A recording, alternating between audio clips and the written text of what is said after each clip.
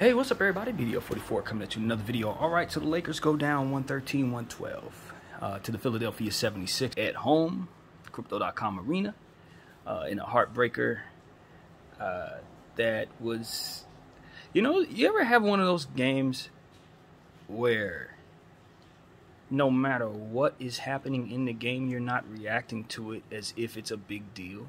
It's almost like you already know what's going to happen before it happens, and when it happens the way it is, all the stuff that led up to it was merited by the deadpan face that you had staring at your phone as all of it was happening. That's exactly how I was watching this game.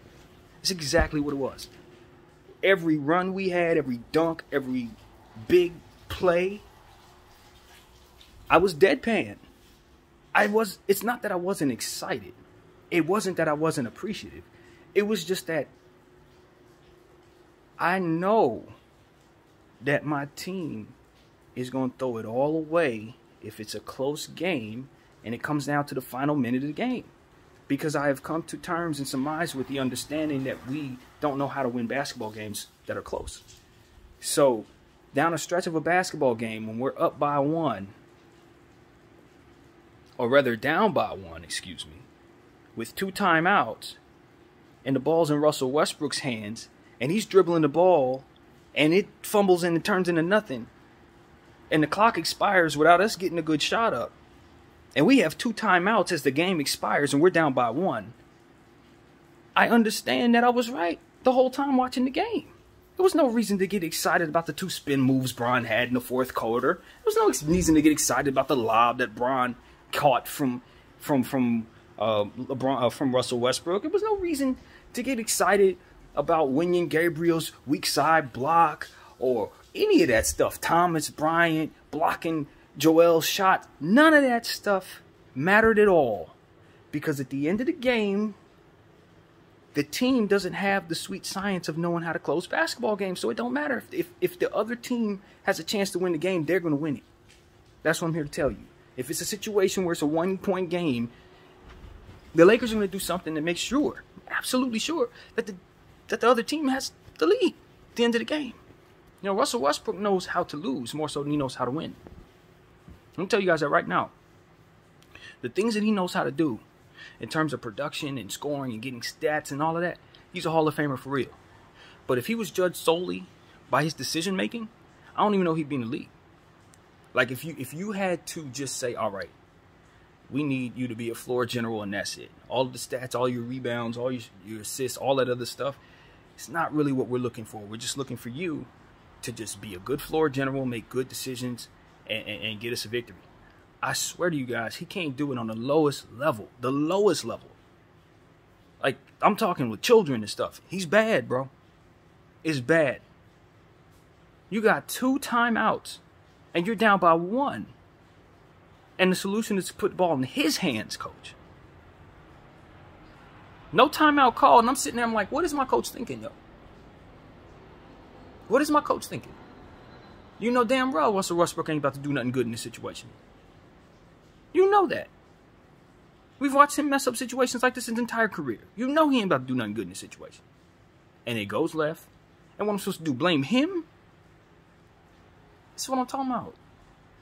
I'm not going to blame Russell Westbrook for Russell Westbrook doing what Russell Westbrook's prone to do. We had 2 timeouts and a whole team full of people who can call that timeout. As soon as that ball fumbled off his foot, y'all should have called that timeout. Y'all had a second chance to get that right with 3 seconds left and didn't do it. There was another chance to call a timeout. As soon as that ball fumbled off his foot, coach could have said, you know what? Let's go to the. I've seen Phil Jackson do this a million times.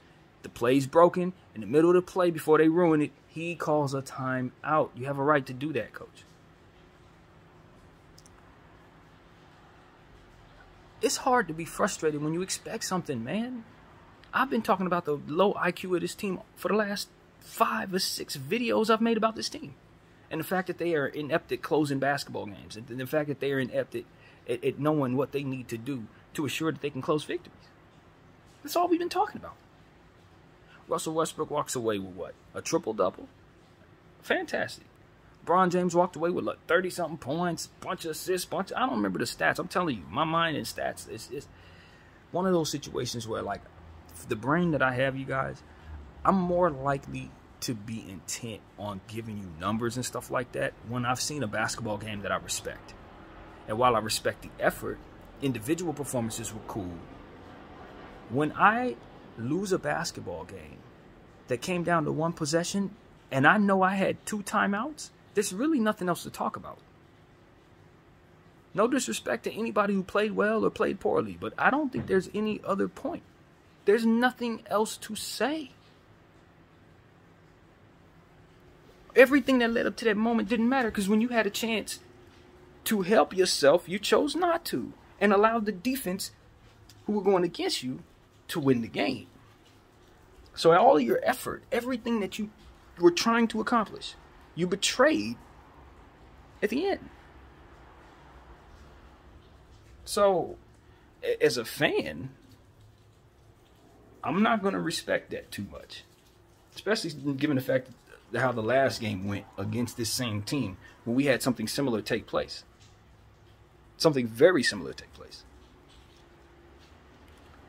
A trade for Bogdanovich and Nerlens Noel was not going to stop this from happening tonight. I'm going to tell you guys that right now. Us giving away future assets to assist this basketball club ain't going to help them become a champion. Because as long as they don't understand that you have to call timeouts in situations like that, it doesn't matter who's rostered. It doesn't matter who's rostered. You know what I'm saying? LeBron James is supposed to be the smartest basketball player on the floor. He's supposed to be the most smartest basketball player to ever play the game. He had 2 timeouts down a stretch of a 1-possession basketball game, and the clock expired without him calling a timeout. So if he's not smart enough to call a timeout in that situation, I don't care how many Hall of Famers I got on the floor. Nobody. I can trust. If I can't trust Bron to get that right, who is it? Who in this league is going to get that right, if not for LeBron James?